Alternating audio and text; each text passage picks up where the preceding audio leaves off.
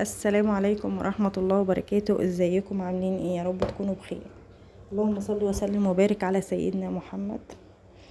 مساء الفل والجمال على كل اللي بيشوفني النهاردة. ان شاء الله اليوم العالمي في المطبخ، قررت ادلع البيت واعمل لهم اكلة كده.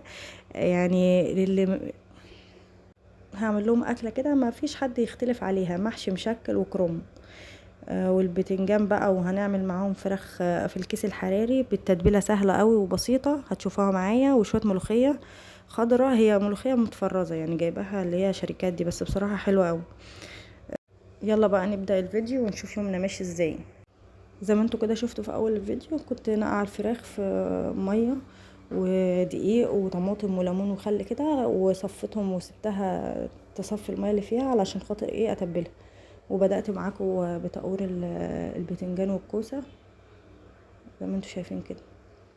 بصراحة يا جماعة ده احلى حاجة في رمضان، وريحة الاكل وهو في الفرن كده بيبقى ليه طعم تاني الصراحة يعني. يا سلام عليا والله، تقويري كده لوحة فنية. يا سلام عليك يا دودة والله. لا والله يا جماعة، انا لما بكون رايقة بطلع لهم شغل عالي في الاكل يعني. هنا بقى الكرنب ده كان مفرز عندي في الفريزر، طلعته يفك، حطيته في ميه يعني يفك. وهنا بقى كنت خلصت التقوير وبغسله بقى وهسيبه يصفى برضو على مصفى زي ما انتوا شايفين كده.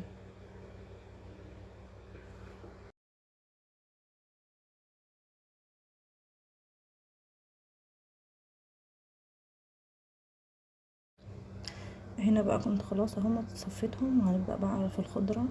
هنقي فيها لو اي حاجة فيها دبلانة، فيها حاجة بايظة او كده، هشيلها خالص واغسلها كويس قوي. هنا غسلتها الاول تحت الحوض وكنت نقعها، بس انا ما جبتش الحتة دي معاكم. وهبدأ بقى خرجت، بس غسلتها كويس قوي لان بيبقى فيها حاجات مش حلوه فيها. هنا الاول انا باخد الجزء الاول اللي هو في اول العروق كده بتاعه الخضره، لان بحب احطها على المحشي وهو بيستوي.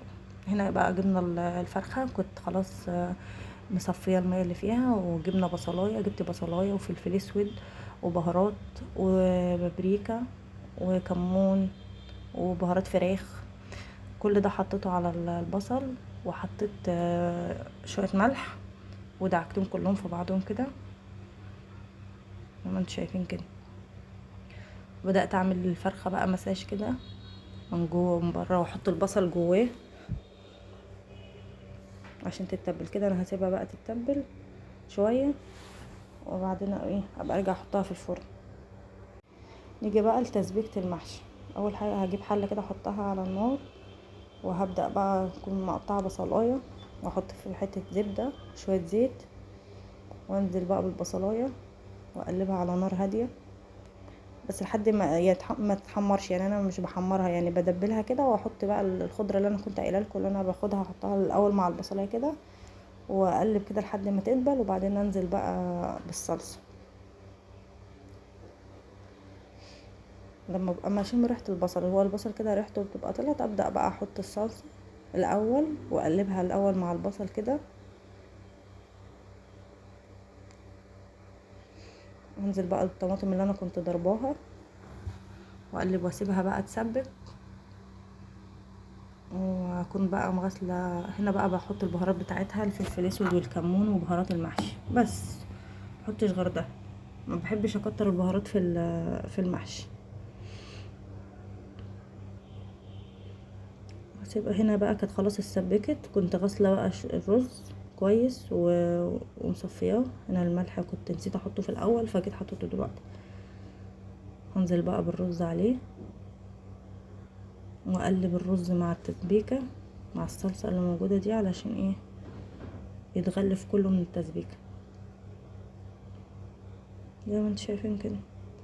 كنت هنا مخرطه الخضره بقى، نزلت بالخضره عليهم وقلبتهم مع بعض، فضيتهم بقى في طبق عشان ابدا ايه احشي ابدا احشي. هنا الحله اللي انا كنت عامله فيها التسبيكه هعمل فيها محشي البتنجان والكوسه. بدات احشي بقى، مش بملى البتنجان قوي علشان خاطر ايه ما الرز كده كده بيزيد في قلب الصباع، فبعمله يعني ايه تلته كده. هبدأ بقى احشي الكوسة والبتنجان. الكوسة والبتنجان والفلفل عملتهم في حلة واحدة. والكرنب كنت عاملة حلة صغيرة كده عشان يعني ايه محدش ليه فيه يعني غير يعني انا اللي بس باكل الكرنب. هنا بقى هبدأ اجهز الفرخة عشان احطها في الفرن. الاكياس دي كانت كبيرة الصراحة، يعني ما لقيتش اللي هي الاكياس اللي هي الصغيرة قد الفرخة، لكن الاكياس دي كبيرة، فقلت اللي موجود بقى يقضي.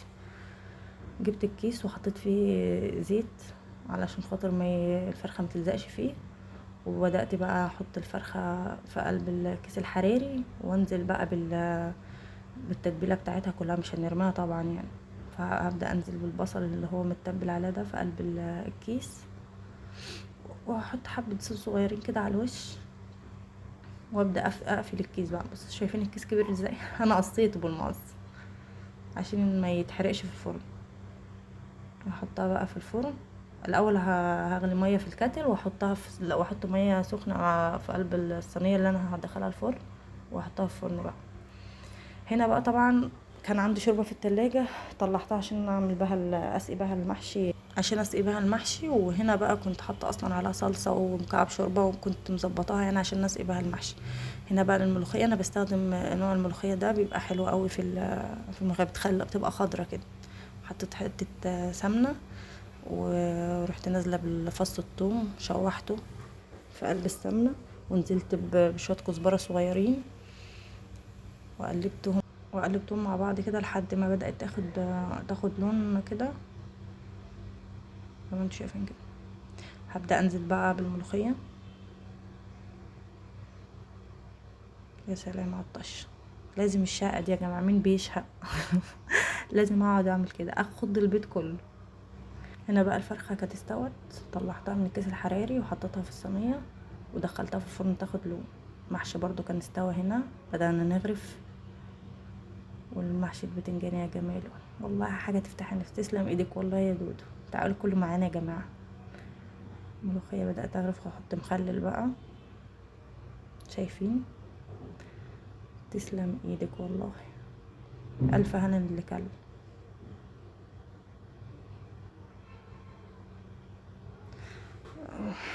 والله السفرة تفتح النفس. بصراحة احلى حاجة في رمضان ان الاكل بيبقى معمول بحب، وكل خطوة فيه بتبقى طاقة حلوة. لو حبيتوا الفيديو ما تنسوش تعملوا لي لايك واشتراك وكومنت حلو كده. وما تنسيش تشتركي معانا عشان عيلتنا تكبر بيكي.